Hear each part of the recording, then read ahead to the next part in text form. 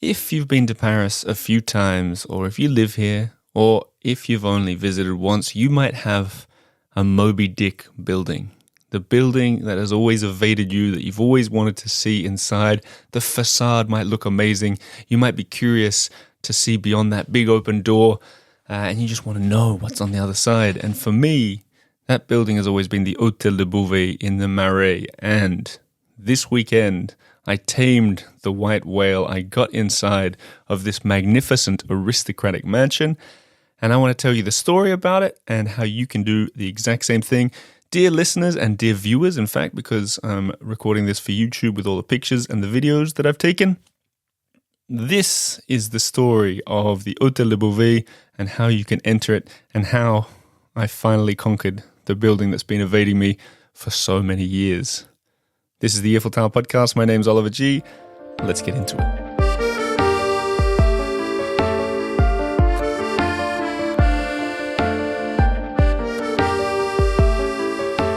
So first, the facts for anyone who wants to look this up as we're talking. The building I'm going to be talking about is the Hotel de Beauvais. Hotel, like hotel in English, Debeauvais. Beauvais, like the airport, Beauvais. And it's on 68 Rue François Miron in the 4th arrondissement, not far from the Peloton Cafe. I'll get into some of the actual facts and history later, but this is more about the story of what happened when I went in there. So I think, to rewind a little bit, when you see the word hotel around in Paris, it doesn't always mean a hotel that you stay in. It can mean all sorts of things. For example, the Hotel de Ville is the city hall. It can mean an hôtel particulier is like a townhouse or an aristocratic mansion where people once lived. And this is an example of that. So you'll see the word hotel around the Marais a lot. You're not necessarily going to be checking in there, especially not in this instance. The Hotel de Beauvais is it's an administrative court of appeals. So it's an active court. And I think what attracted me to this building is just firstly the door. This enormous wooden door, and I really mean enormous. It looks like, imagine, I don't know, it's sort of shaped like a fifth of a wine barrel, like a huge semi-curved building in this semi-curved entryway and semi-curved door. And it looks heavy, and it is heavy. And flanked on either side of it are these sort of glorious stone-shaped obstacles, objects there. And if you've ever been on my Marais walking tour, this is the place where I stop and I ask everybody to guess what those stone things are. And this will help if you're ever going to come on my walking tour, because now you'll know the answer. Those things are specifically, they're practical. They're used for stopping the wheels of, like a horse and carriage, stopping the wheels from damaging the walls, right? So they're purely practical. But what's interesting is you can tell an awful lot about the inside of closed Parisian buildings by these chasseroutes. So in this instance, they're big and they're quite extravagant. They're made of stone, and they tell us, not only they tell us that horses once came into this building, but they also tell us that whoever lived there had some kind of disposable income, that instead of just putting a slab of, I don't know, stone or iron or whatever out the front, they put something quite decorative. So that applies to all the buildings around Paris. When you see these chasseroutes, and I'll add pictures of them so you know what I'm talking about, you can tell what's going on in the building inside and which ones are worth trying to slip into. And that's exactly what I like doing when I go around Paris, is slipping into these buildings. Now, this one's quite an interesting one because there's a lot of security. It's an active courthouse. And even if you ask nicely, they might not let you just walk into that first sort of chamber of this Hotel Particulier. And even if you do get in there, there's another big gate immediately stopping you from going any further. So over the years, I've sort of befriended these guards. I tried to bribe them once with bread. It wasn't intended as a bribe, but it just happened that way. And they reminded me that it was a court and I shouldn't be doing that. So I've gone in there and I've stood up against the gate looking in, and I tell the people on my tour, the only way that you can get in here is on the one day a year that they do the Heritage Days, the Journée de Patrimoine, hard to pronounce. Even harder to remember the date. It's once a year, and they open up all the sort of heritage listed buildings and they let you walk around inside. Now, as I said on the tour, the problem with that is loads of people want to go in these buildings, so you end up being herded through them like sheep. And often it's a tour in French, which might not be a problem for some. It might be quite off-putting for others. So I don't know, I just never really got around to making it inside the building until this weekend when it was my birthday on Saturday. That'll come back in this story. And I was walking to the Peloton. And my wife, Lena, she says, she goes, what do you want to do for your birthday? And we just sort of winged the whole day. And it ended up being very like last week's episode of going to the Peloton Cafe, breakfast, lunch at Saint-Régis on the Ile Saint-Louis, Luxembourg Gardens. So we sort of chuckled to ourselves that our itinerary that we promised you guys, or that we delivered, was very much in fact what we do on our one special day in Paris. Anyhow, as we walk into the Peloton Cafe, I see a small line forming outside this beautiful aristocratic mansion. I thought, oh, today is the patrimony days. This might be our chance. So we go up to the gate. There's more security than ever. There's a lot of people milling around. And as you go through that big, beautiful first door, and it opens up onto this glorious courtyard, this big, glorious courtyard, all open for the first time that I've ever seen, I see there's a group, or maybe two groups, standing inside that first chamber. And I'm thinking, I got a 4-month-old baby attached to my chest. And I thought, there's no way we're going to wait for these groups. It's just not going to happen. It has to be now or never. So I go to the front of the line, or I go to the front guard there, and I say, is there any chance I can just come in just for 30 seconds? I wanted to see this building for a very long time. Is it possible? He said, nah, you got to join the groups. And I said, with these two kids, it's never going to happen. Could you make an exception? I just want to walk in and look around. And that's truly all I wanted to do. And he sort of paused and looked at, looked at two children and felt some kind of, maybe it was the ghosts of 400 years past of the building that was speaking to him in the ear. But he goes, okay, go in there. I'll take care of the stroller for you.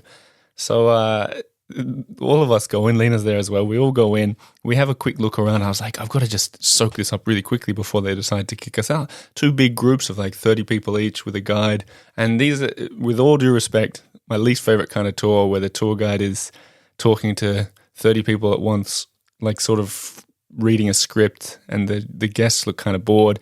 And I was like, I don't want to be part of that. I want to just be running off exploring.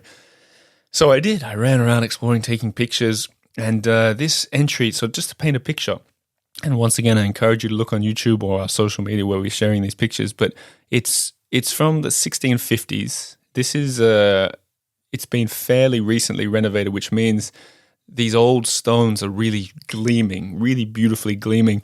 And the building itself is just sort of jaw-droppingly beautiful.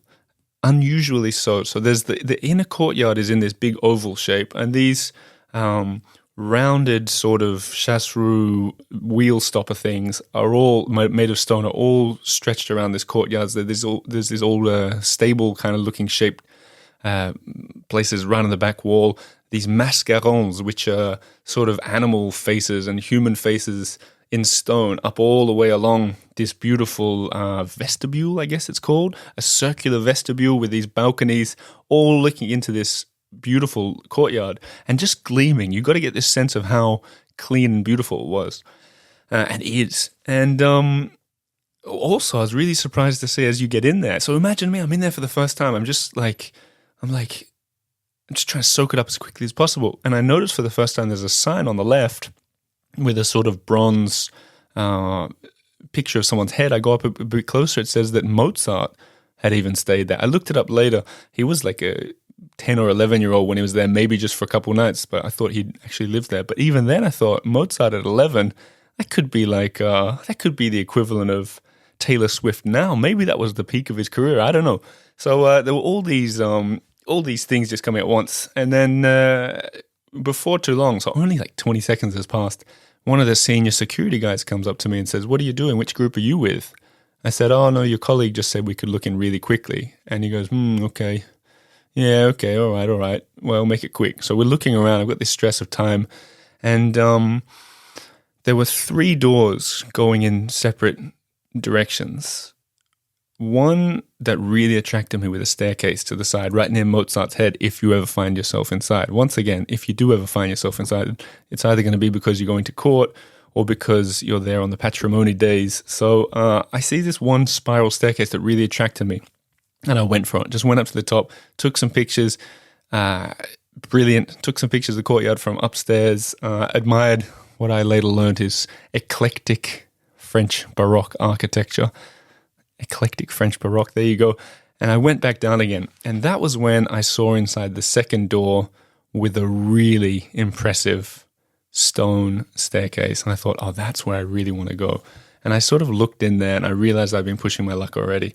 And there was so many security, or at least people that were working there. Another person comes up to me and says, "Which group are you with?" I said, "I'm not with a group. Your colleague gave me permission to be here." And she said, I'm not sure that's gonna cut it. I need to get sort of Mr. Senior guy himself down here. And so they bring over the senior security. He says, "What are you doing?" And I said, "Just 30 seconds, but I wonder if I can look and I really mean this, can I just look for 3 seconds at this staircase going up, this beautiful staircase?" And he said, "Oh, no, you can't go in here. This is not just is it a group-led tour, but it's a courthouse. You can't just be wandering around here." And I mean, I had 2 children with me. I mustn't have looked very intimidating or anything, but still, they wanted to get me to move on, and I understand it. But it's not your birthday very often a year, once I think, and that's how often it is the patrimony days, and not often do the two combine with a white whale of a building that you want to get inside. And I figured maybe there was a chance, so I said, "I really promise you 3 seconds to look at this staircase, and then I go. I've been wanting to come in this building forever." And then Lena walks up and she says, "Also, it's his birthday." And the guy sort of like, he did this thing that they do in France a lot, is they sort of reconsider what they're saying, and then they begin the next sentence with normalement. And whenever you hear normalement, so normally, that means a good thing is going to happen, because it means it's going to start with normalement non, like normally c'est pas possible. Normally we wouldn't let you in, but today we will, is what he said. And then I was really happy. I was about to go in. And then he added, he goes, "But make sure you go downstairs first, because that's really impressive." And I thought, first he'd sort of admonished me, and then he was sending me downstairs. And he goes, "Downstairs is the 13th century vaulted sort of crypt building that you got to see." And I was like, what? He's letting us go even further? So now I've got the golden ticket, I've got the green light.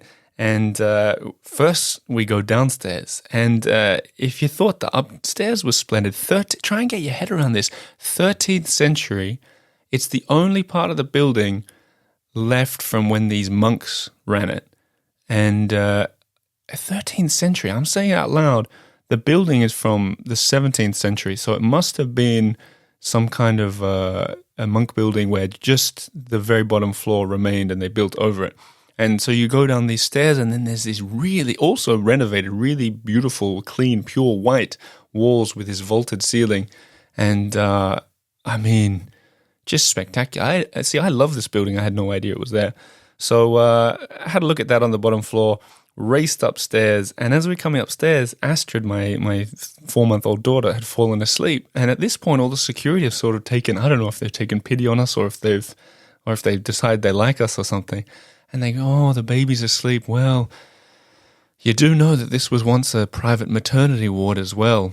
And I was like, oh, now we're getting the private tour.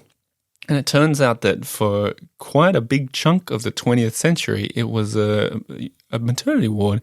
And they said that an older woman had come in on that very day and said that she was born right there. So I thought all this history, the monks, Anne of Austria. Did I even say Catherine Beauvais, who the hotel is named after?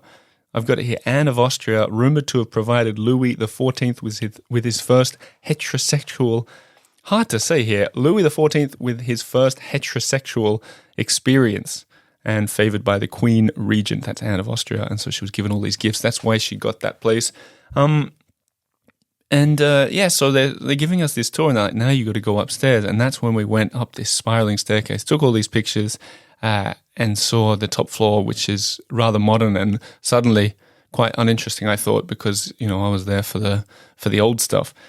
Anyhow, from the top, actually, funny, I talked to one of the security guards at the top, and I said, "What's in here?" And I thought he said the salle de danse. salle de danse. He said it really quickly. And I went in and it didn't look at all like a dance hall. And I saw on the door, it was the salle d'audience. Salle d'audience. So there's a little French slip-up that I made. Salle d'audience. The audience, the room for the audience, which is maybe something connected to the court up there. Who knows? But the building, just absolutely stunning. I've been reading a lot more about the history afterwards, built on this totally unusual shape of a plot of land.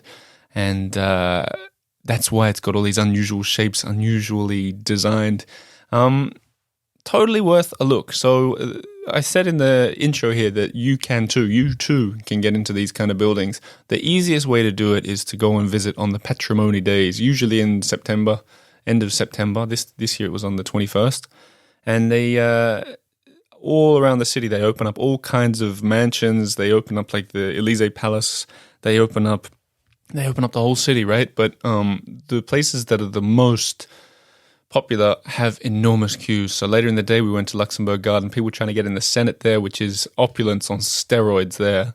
There was a queue that must have been, I would say, 300 people waiting to get in. And I don't know about you, I just can't do it. I can't, especially not with children, but 300 people, it's not going to happen. So what you want to do is you look at the big list, find the smaller places and target them. You can probably do quite a few in a day. The Journée de Patrimoine, that's what you want to look out for. Otherwise, if you're daring, you can see this Hotel de Beauvais just by going into that first chamber that I talked about, but you have to be daring. You either have to put your foot in the door and go in after a lawyer, which is what I've done over the years, and they don't really mind. I mean, they don't mind as long as you're not pushy. Or you can press the button and say that you're just there for a look, which is even more daring. But I think, look, if you're coming to Paris for 4 or 5 days and you're walking past a building like that, who cares if you get in trouble? It doesn't matter. It doesn't matter. What are they going to do? They're not going to arrest you. You get to see all this brilliant stuff if you just dare. In fact, last week I gave a talk for the American School of Paris for all the new families who have moved here. And the whole talk was how best to experience Paris, sort of to get off the tourist track and see things. And then weirdly, foreshadowing here, I used this aristocratic mansion, the Hotel de Beauvais, as an example of how you should dare to explore. And I came up with this I came up with this sort of slogan for the talk, which was, so imagine, this is how to see Paris. It was look up, look down, look in, and look out. And the whole idea of it was look up is that you see all these amazing things I've talked about on the show before, like the cupoles, the curved building tops or flood markers, things like that. Look down, not just for things that dogs have left behind, but also for these medallions on the ground or chasse-rouges, these kind of things. Look in, the idea being like if you see an open courtyard like this one, it's worth looking in or stepping in, or if you see these mosaics on the floor of a private residence. And then look out, obviously, for the cyclists who are sometimes insane. So it's weird. I had slides showing this Hôtel Particulier, and then I ended up going in there. It's totally surprising to me. I think the lesson for us all is go and check out these buildings in Paris that might look hard to get into, but actually are very possible. Especially on the Patrimony days. I'm going to leave it at that today. I'm going to say a huge thank you to the Patreon members of this show, patreon.com/the Earful Tower. This week we did a book giveaway, 10 books of Paris Lost and Found by Scott Carpenter. He was on the show 2 weeks ago. 10 books we gave away to members as we relaunch the book club, which is on Facebook. There's like almost 2,000. There's almost 2,000 members in the book club. How did that happen? But we're going to revamp that. I'm not going to be so personally involved. I'm not going to be leading it. More on that to come, but that's going to get some new life in it. It's going to be starting with that book, Paris Lost and Found, from Scott Carpenter. If you won one of the books, I responded to your comment. You better go in there and check if you won, because we'll be sending them out quick and you need to be reading. Otherwise, there's all kinds of bonus content for the members, either on Patreon or Substack. You support this show, you get the benefits. And that's the way we've been doing it for years. So thanks to all the members. Thanks to everybody who's listened. Thanks to everybody who's watched on YouTube. I hope you enjoyed seeing inside this Hôtel Particulier. And I'll be back again next week with another episode. Merci beaucoup and au revoir.